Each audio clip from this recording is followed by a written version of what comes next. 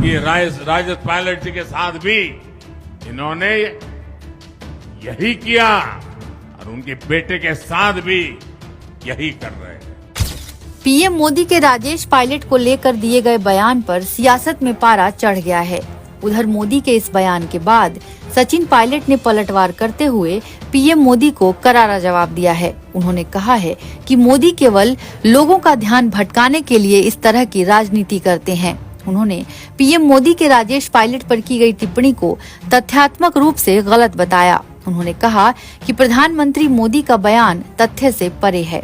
बता दें कि पीएम मोदी ने भीलवाड़ा की चुनावी सभा में राजेश पायलट को लेकर टिप्पणी की थी। इसमें उन्होंने कहा था कि गांधी परिवार से अदावत लेने की सजा राजेश पायलट का बेटा आज भी भुगत रहा है।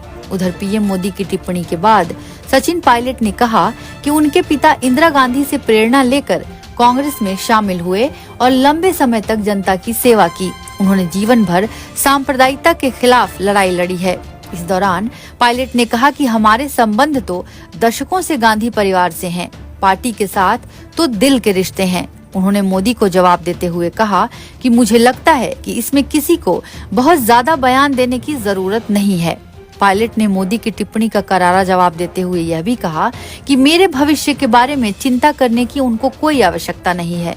उन्होंने कहा कि मुझे अपनी पार्टी और लोगों की चिंता है और मुझे विश्वास है कि वह मेरे भविष्य का अच्छे से ख्याल रखेंगे।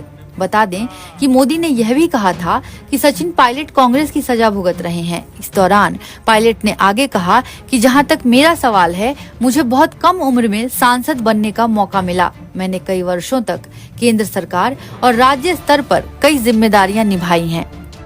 सचिन पायलट ने मोदी की टिप्पणी पर कहा कि मेरे दिवंगत पिता ने 1998 में शरद पवार के साथ मिलकर सीताराम केसरी के खिलाफ कांग्रेस अध्यक्ष पद के लिए चुनाव लड़ा था, लेकिन उस समय सोनिया गांधी राजनीति में सक्रिय नहीं थी। हालांकि इस चुनाव में सीताराम चुनाव जीते और बाद में पवार और मेरे पिता को कार्य समिति में शामिल किया गया।